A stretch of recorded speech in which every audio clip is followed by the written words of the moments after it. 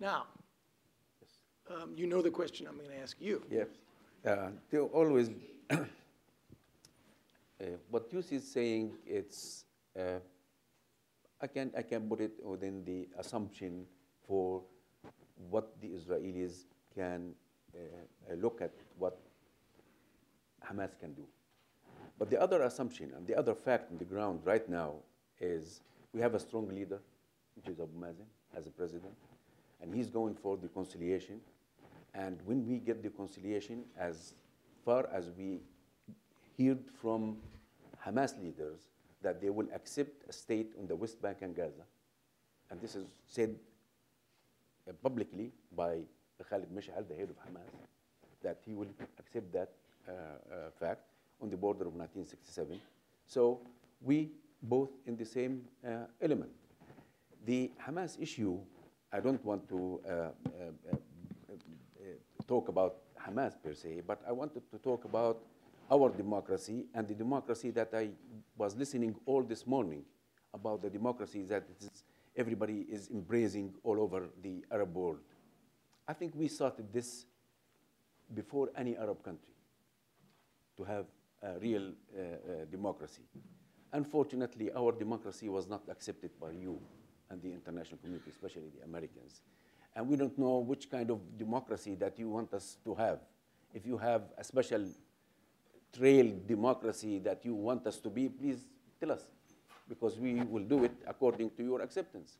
Otherwise, we went to democracy. People choose their leaders, and you refuse it. Now you embraced all the democracy in the Arab world. You embraced what is going on in Egypt and Tunisia and others. Fine, we started that. Why us is not acceptable?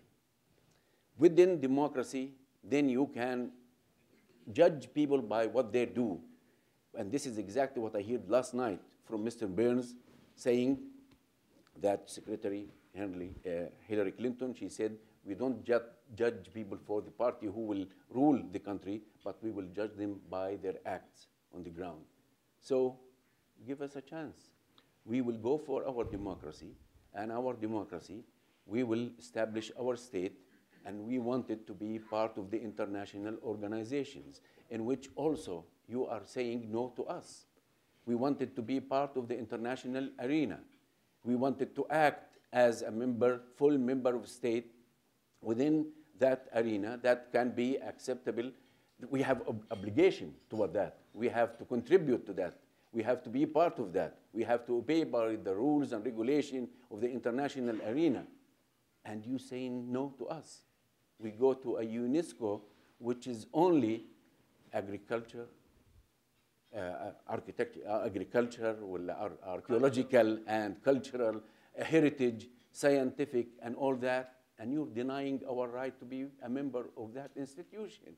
It's amazing. I mean, this double standard that you are taking against the Palestinians, it's amazing. It's unbelievable. It's part of the frustration. And if you ask about spoilers, of course, if people, they can feel that this is happening to them, what do you expect? What I'm trying to tell you that you have to be fair and just. Justice has to come to the Palestinians in order for democracy to be accepted in the Arab world as a whole.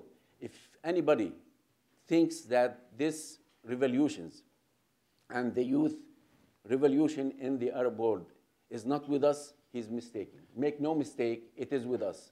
And we will see the result of this very soon. Yossi identified Hamas as the greatest obstacle on your side. Do you want an opportunity briefly to identify the recent coalition in the Israeli government are the biggest obstacle in front of the peace process.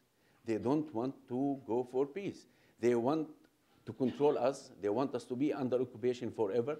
This is not acceptable. Not a single Palestinian will accept it.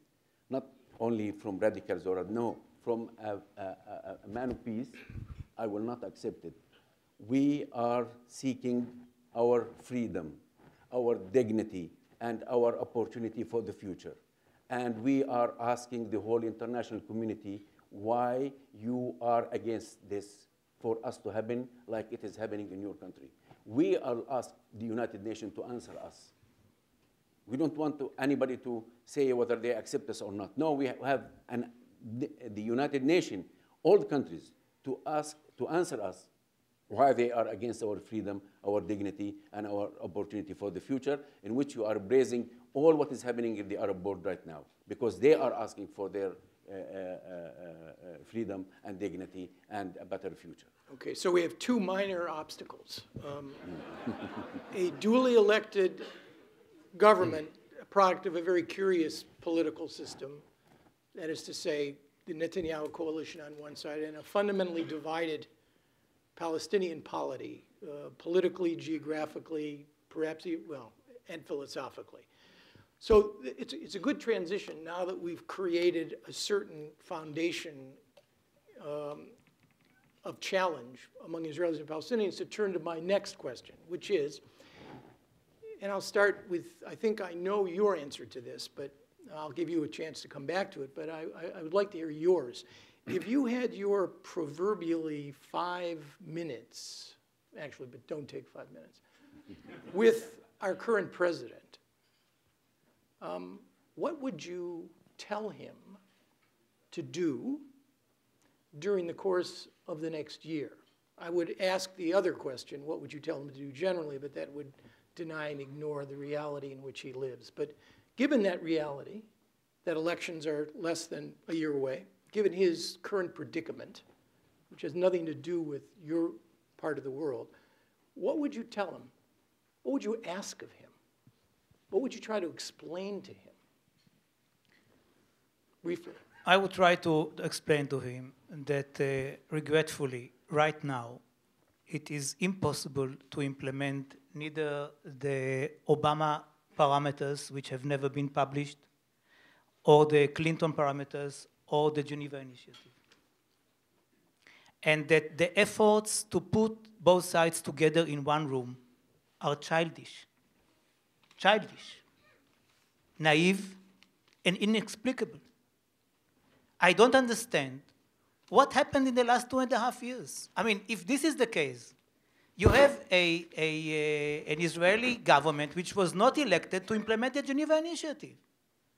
They are not hiding behind it. They are not saying, you know, we are ready to compromise on Jerusalem, on refugees, and these stubborn Palestinians are not ready. It was never said. So why are you, the president, trying to attribute to the current government the characteristics of previous ones? It is not Rabin, it is not Arafat, we are not in the 90s. It is a very different situation. And the question is, what can be done in this situation? All these resolutions of the quartet in 3 months, in 4 months, in 1 year, Annapolis in 1 year, I mean, it will not happen. Will not happen. The idea of the quartet that both sides will have to present in 3 months their accurate plans about territory and security, and both sides, especially Israel, accepted it. Do you believe, Mr. President, for 1 minute that the current government of Israel will describe its contour of the borders? I mean, they are not crazy. They know that if they describe their borders, they will be the only ones in the world who support this plan. Who will support it? Any country in the world.